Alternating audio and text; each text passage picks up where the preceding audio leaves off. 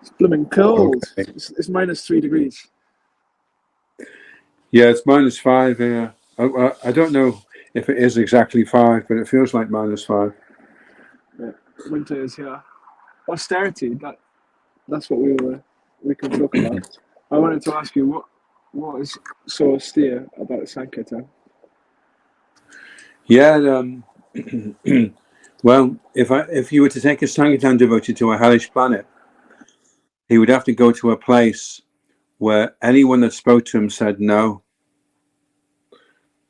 and it would just be 10,000 years of people saying no, no, no, no, and every time he says, "Excuse me," no, no. Would you like it? No, no, no. How about it? No, no, no. But could you at least? No, no, no.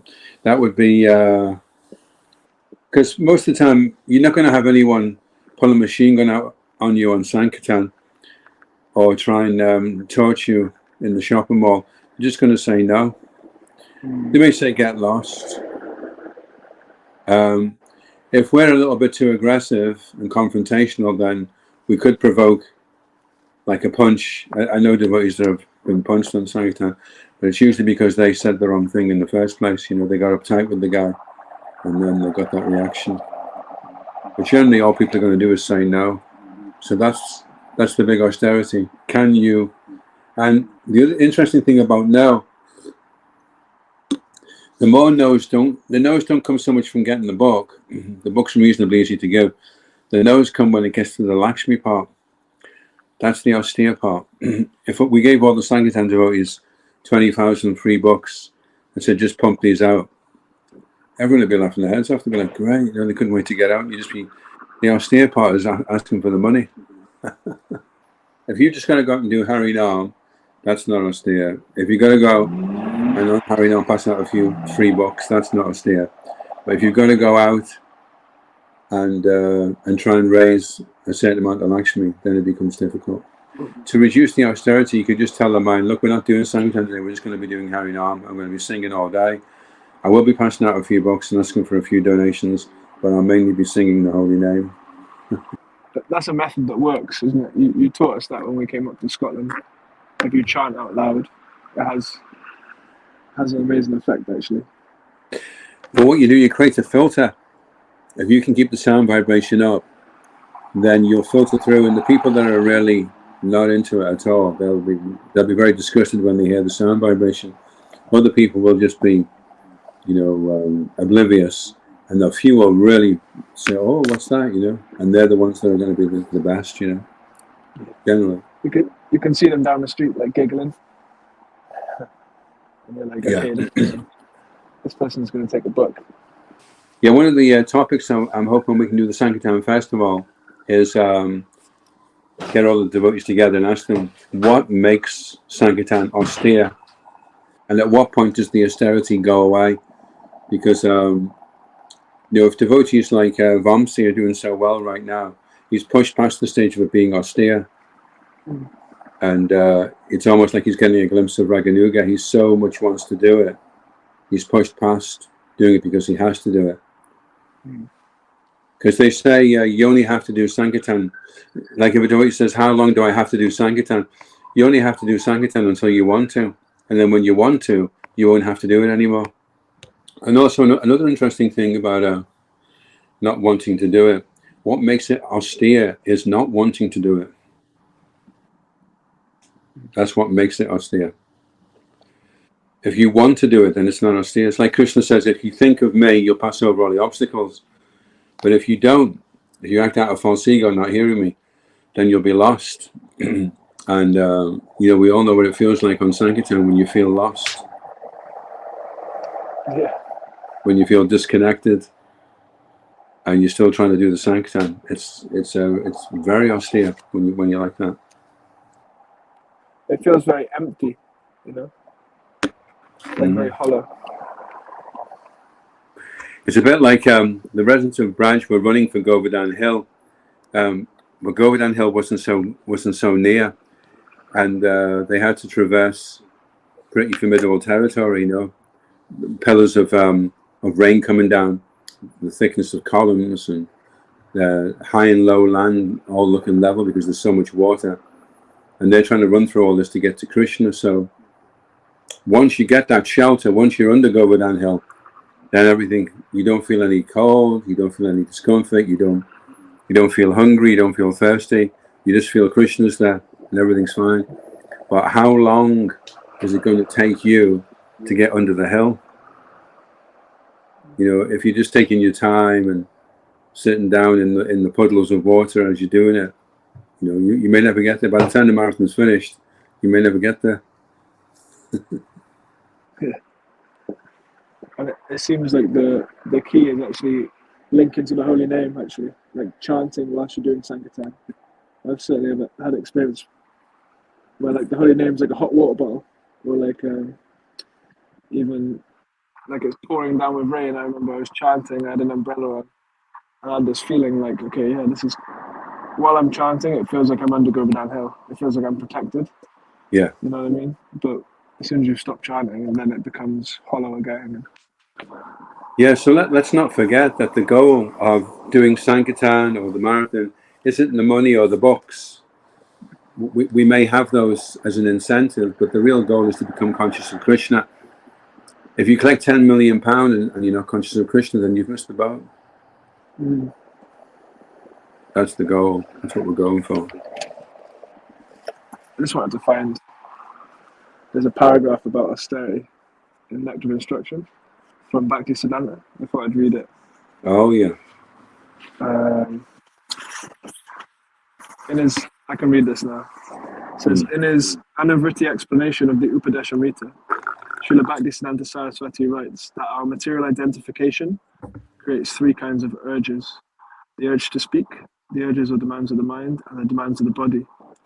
When a living entity falls victim of these three kinds of urges, his life becomes inauspicious. One who practices resisting these demands or urges is called a tapasvī, or one who practices austerities. And by such tapasya, one can overcome victimization by the material energy, the external potency of the Supreme Personality of Godhead. I think that is amazing. Like by performing austerities, we can overcome, like, because we become victimized when we identify as the body and I'm freezing cold, or the mind, or everyone's saying no, I'm never going to distribute a book. When we identify on that level, then we become a victim of that way of thinking, and it becomes very difficult and austere. Yeah, and it's funny, isn't it? Because the mind turns it round. It's saying that by trying to go for it and going out of your comfort zone, then you're being victimized. You should stay comfortable, stay at home, stay warm, and don't worry about the conditioned souls. They can go to hell. You just take care of yourself. And so you think you're avoiding victimization by leading the easy life, the cozy life, but you actually become victimized. I think anyone who's been on Sankirtan has experienced that, where they've given into their mind and given into the easy life, and gone to San Costa and just scrolled through the phone or whatever it is. Whenever you do that, you leave the street feeling like a victim. You know, you feel like you've really done something. Well, Maya's very clever. She convinces you that you're saving yourself from being a victim, and then after you fall for it, then she says, "Oh, and by the way, actually, no, you are a victim." So she doesn't really give you any shelter. She allures you out of Krishna's shelter, and then when she throws you down, she doesn't catch you. With Krishna, if you have a fall, he's there to catch you. With Maya, if you voluntarily accept Maya, she throws you down, but then she doesn't catch you. She just crashes you on the ground. Train coming. It's not my train. Oh, okay. Okay. It's another train, but it might be really loud.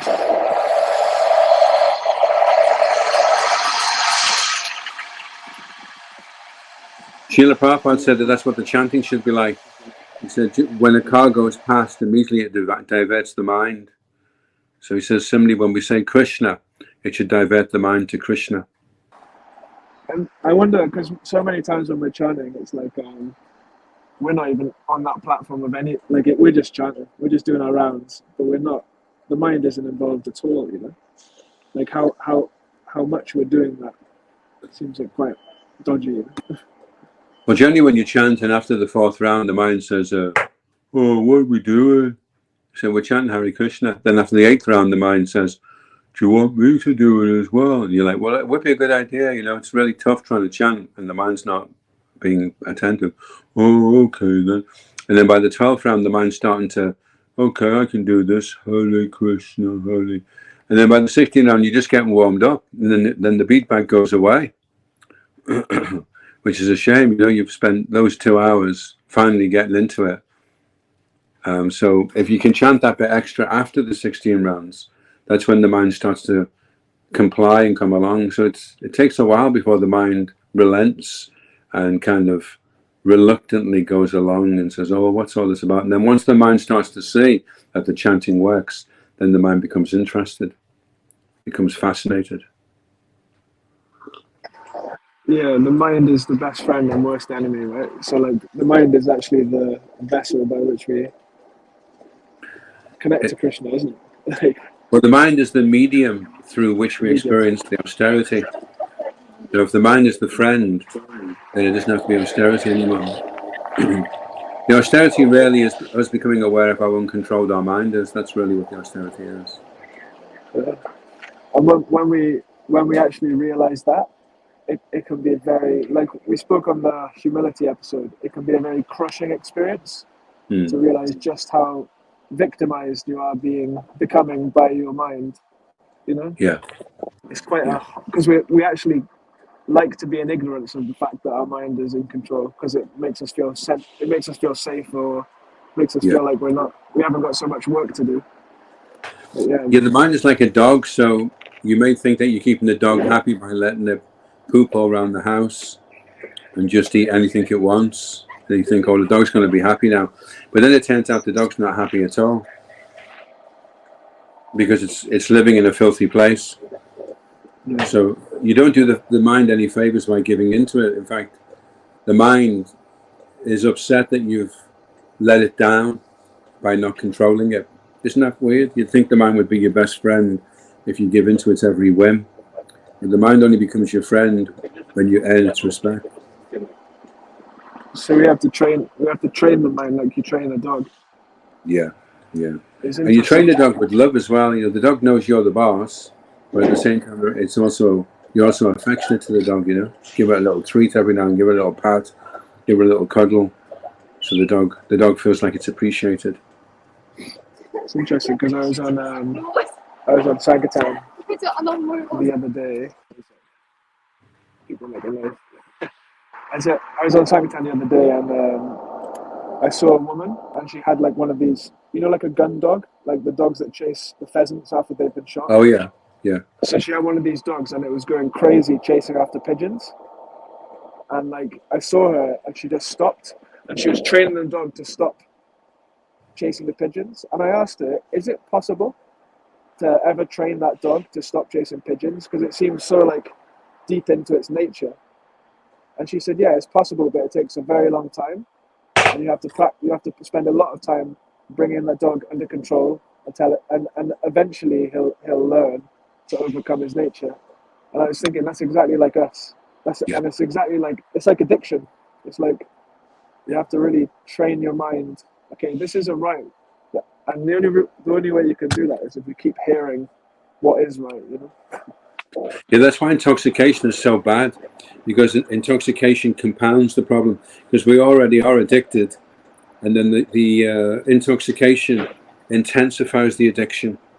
And then it becomes, you know, it's already difficult to get free from being addicted to the mind's dictates, and then on top of that, it doesn't just become a mental thing, it becomes a physical thing, because now we're reliant upon something. So in so many ways, people are weak because they have so many things to prop themselves up.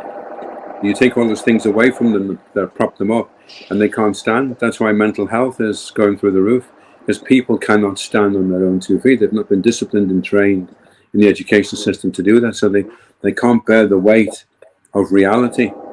Yeah. They have to try and divert their attention to some kind of fantasy, some dreaming of winning the lottery or getting a big car or whatever it is, because they cannot face the crushing weight of reality. Yeah.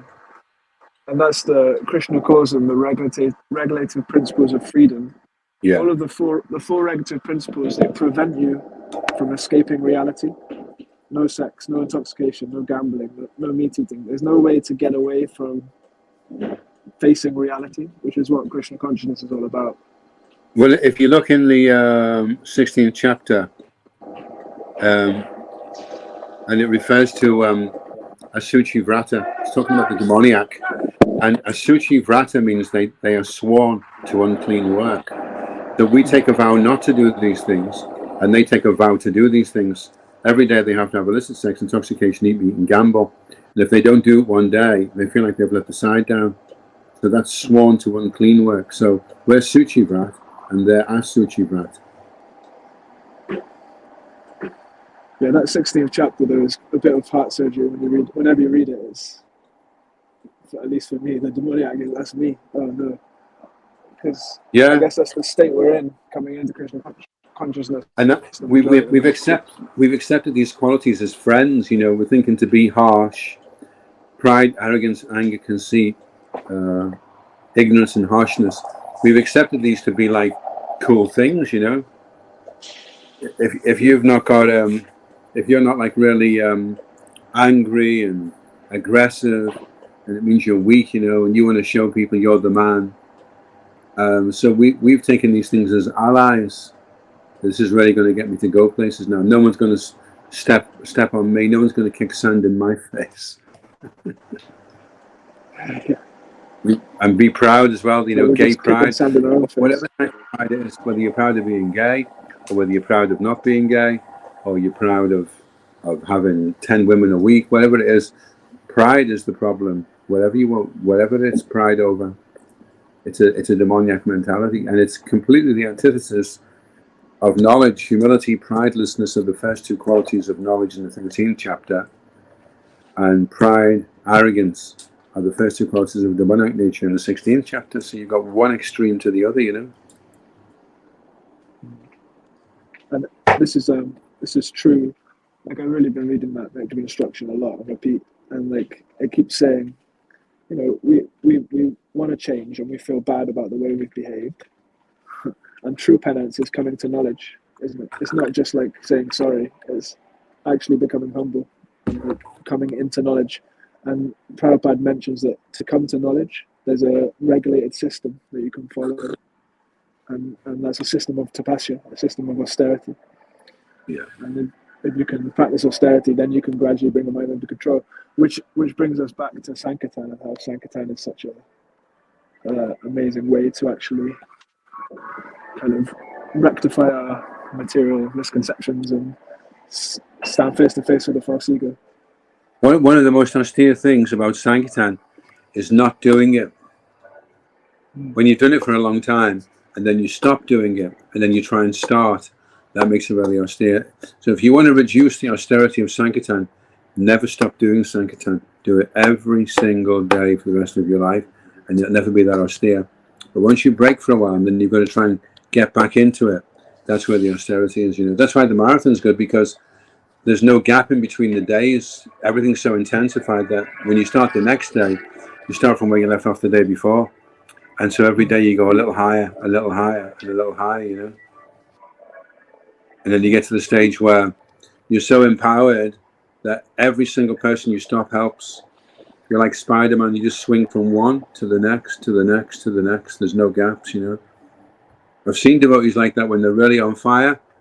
Nobody stops, because the person behind looks and sees, oh, he stopped and gave his money. And the one just out before him, he'd stopped and given him money. And so everyone's doing it, so I better do it as well. So it just sends that message out onto the street. So everyone's walking up to you and they can see that the person before them has done it. So they've already got their hand in the pocket ready. They're thinking, okay, everyone should give to this guy. Similarly, if you're having a tough time, everyone's looking ahead and seeing, well, the guy's just told you to get lost. So by the time he comes up to you, funnily enough, sometimes they'll use the same excuse. So the guy in front of you says, no, I can't. My pet squirrel's just died. They got its tail caught in the washing machine. Then you hit the next guy. Yeah, I'm the same, tail in the washing machine. And they all start using the same excuse.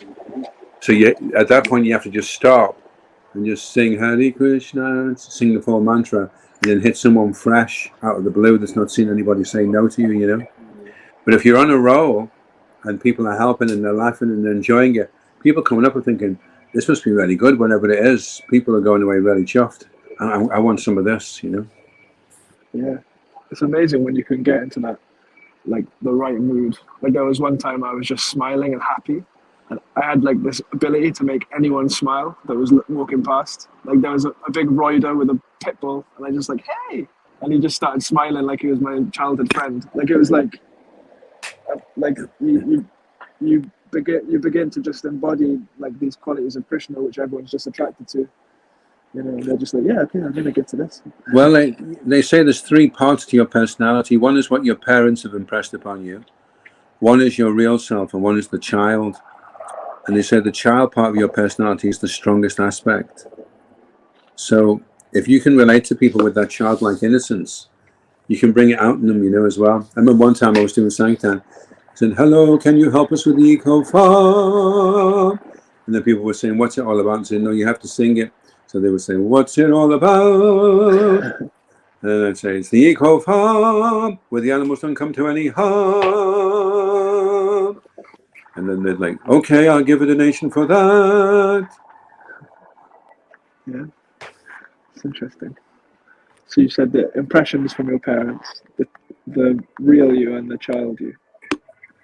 Yeah, the parents like they train you that this is how you're going to be, and then they'll say, Adolf, you're such a rascal. And then when Adolf grows up, his parents are saying, you're such a rascal, and he thinks, well, I probably am a rascal then, you know. So he's got that imprinted upon him that this is his personality. Then he's got his idea of how he thinks he should conduct himself now as an adult. And then the strongest part of him is his child part. And that's where he feels like bursting into tears. But I just want to do it in front of everybody because that'd be embarrassing. But inside he's crying like anything, you know. Interesting. That's like that inner child stuff that people talk about, right? Yeah. Psychology and all that. It's a new realm. So if you can tap into your childlike nature, you know, and be like that in Sankirtan, just be like a carefree child, joyfully asking people to participate in the most wonderful thing in the universe. You know that people will go for that. Yeah, people love, like if you go on Sankirtan with children, they can't say no. I went with my sister once, she got like super into it. Like she just took the books off me and she was going up to grannies and like, it was weird. Like she just suddenly got into book distribution. She was like showing people, she did like 20 quid in like half an hour. Like, wow, my God. It's pretty good. And she was like 8 or 9, but she like did it of her own accord, which was interesting. Yeah. You can experiment. How little can I say, and how quickly can I engage a person, and how much can I engage a person? You know, have I engaged the person? I mean, I used to do Sankirtan with this devotee Prabhupada Charan, and he was really good at working out how much people could give, you know, and I'd be happy with what people would give as a donation and say, no, that person can give a lot more. And it's just knowing that, having that balance of knowing just how to engage the person to the fullest and still leave them favorable, you know. Yeah, so I guess it's like with anything. Over time, you develop the senses for it, the fine.